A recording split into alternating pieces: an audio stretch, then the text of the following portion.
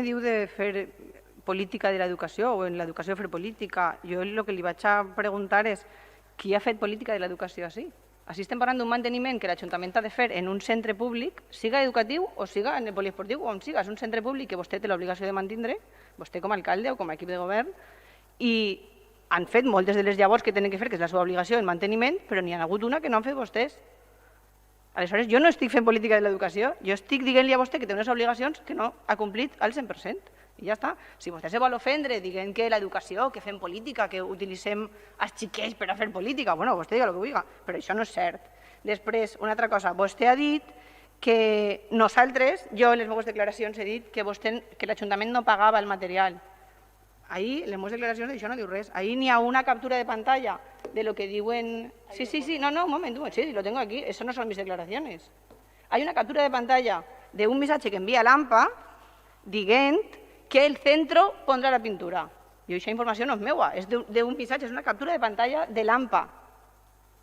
Després, això li ho dic perquè vostè ha dit una cosa que no és certa i li pregue que ho retire, perquè jo no he dit això. Això no és cert. Nosaltres hem fet les declaracions que hem fet, però això no.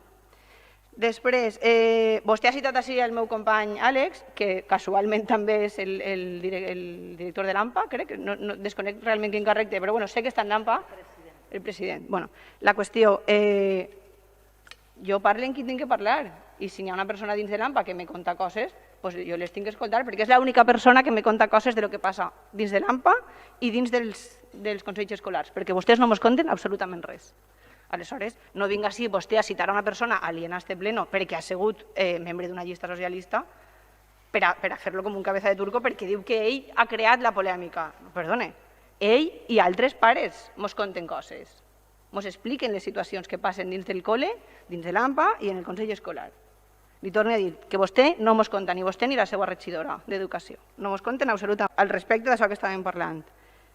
A vostè, el director del centre li fa una proposta de llevar-li una responsabilitat que és seva com a equip de govern o com a ajuntament i vostè l'accepta?